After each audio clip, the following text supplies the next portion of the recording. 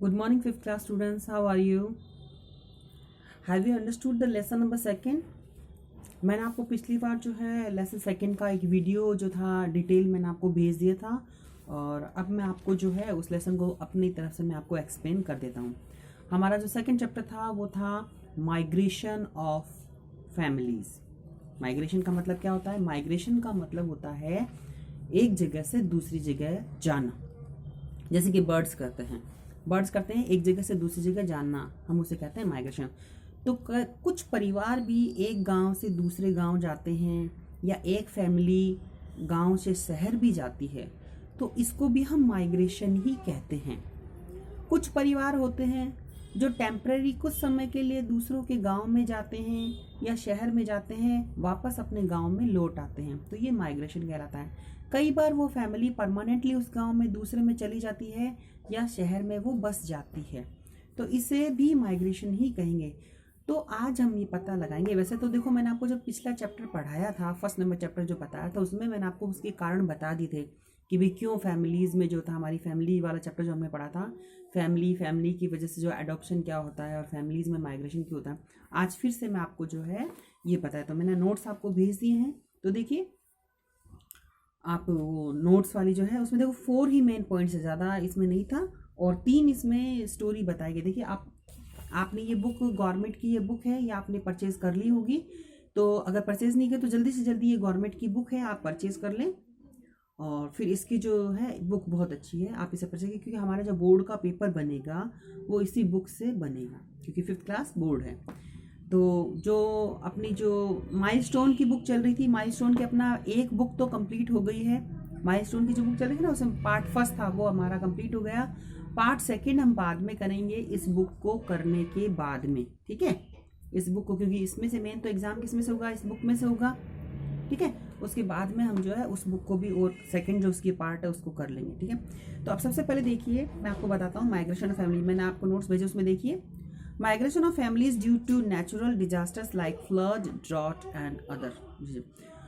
Families जो migration करती है ना, एक गांव से दूसरे गांव जाती है या एक गांव से शहर में जाती है, उसका एक कारण, सबसे बड़ा कारण है नेचुरल कैलामिटीज। नेचुरल कैलामिटीज कह सकते हैं, नेचुरल डिजास्टर कह सकते हैं, यानी प्राकृतिक आपदाएं। कई बार मान लो बहुत ज़्यादा गांव में बारिश हो गई तो बाढ़ आ गई, घर डूब गए, डूबने लग गए, तो फिर लोग वहाँ से गांव को छोड़कर चले जाते हैं।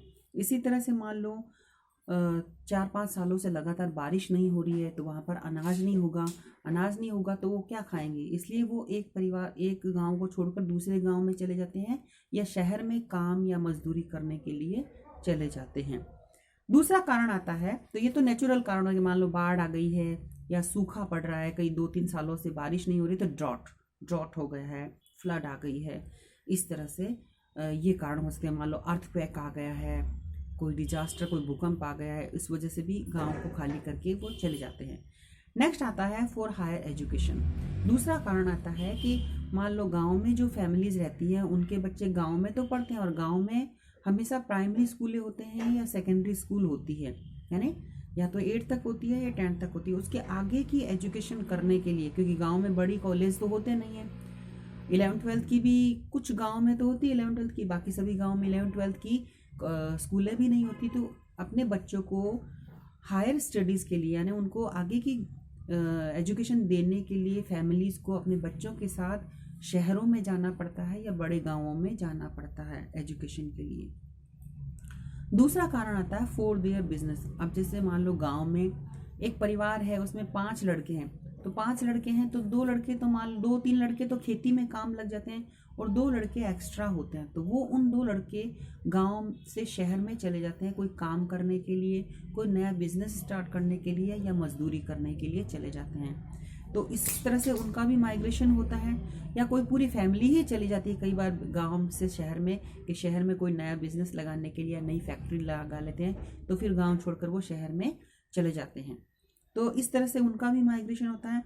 और चौथा जो कारण आता है वो गवर्नमेंट के थ्रू आता है, जिसको हम कहते हैं रिहेबिलिटेशन ऑफ कॉलोनीज, यानी किसी भी गांव को दोबारा से बसाया जाना या किसी गांव को एक जगह से हटाकर दूसरी जगह ले जाना, ये गवर्नमेंट के थ्रू होता है। जब गवर्नमेंट की कोई स्कीम आती है, जैसे मान लो कोई प्रोजेक्ट आया, मान लो एक डैम बना रहे हैं, डैम जानते हैं ना, रिवर के ऊपर कोई डैम बना रहे हैं, तो वो डैम बनाते हैं और उस डैम, मान लो वो डैम, नदी जो जा रही है वो गांव के पास से जा रही है और उस गांव को वो खाली करवा लेते हैं, गवर्नमेंट के जो लोग होते हैं वो उसको खाली करवा देते हैं, क्योंकि अगर बाय द वे अगर डैम जो है गांव के पास में है, अगर मान लो बाय द वे अनफॉर्चुनेटली अगर वो डैम कभी टूट जाता है तो वो गांव क्या होगा, डूब जाएगा। इसलिए उन गांव वालों को वहां से हटवा दिया जाता है और वो रिवर का रास्ता बना दिया जाता है और उन गांव वालों के लिए शहर में या पास में कोई कस्बे में उनको ज़मीनें दे दी जाती है या उनको बने बनाए घर दे दिए जाते हैं, या उस पूरे कॉलोनी को या पूरे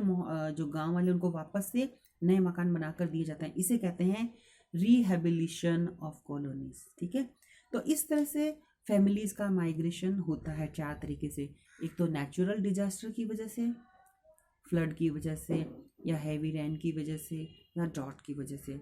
हायर एजुकेशन के लिए वो माइग्रेशन करते हैं, या फिर वो अपने बिजनेस सेटअप करने के लिए माइग्रेशन करते हैं। दूसरा, गवर्नमेंट की कोई स्कीम होती है जो गांव के जो लोगों को दूसरी कॉलोनी में बसाती है, तो इस तरह से उनका माइग्रेशन होता है। ठीक है, अब मैं आपको देखो, मैंने चैप्टर आपको बता दिया, इसी चैप्टर के मैं आपको क्वेश्चन जो है मैं आपको भेज रहा हूँ, वो क्वेश्चन आप खुद करने की कोशिश करें। ठीक है, और अगर आपको वो समझ आते हैं या नहीं आते हैं मुझे आप बताएं, और कोई दिक्कत हो आपको क्वेश्चन में तो आप मुझसे पूछें। Okay, bye.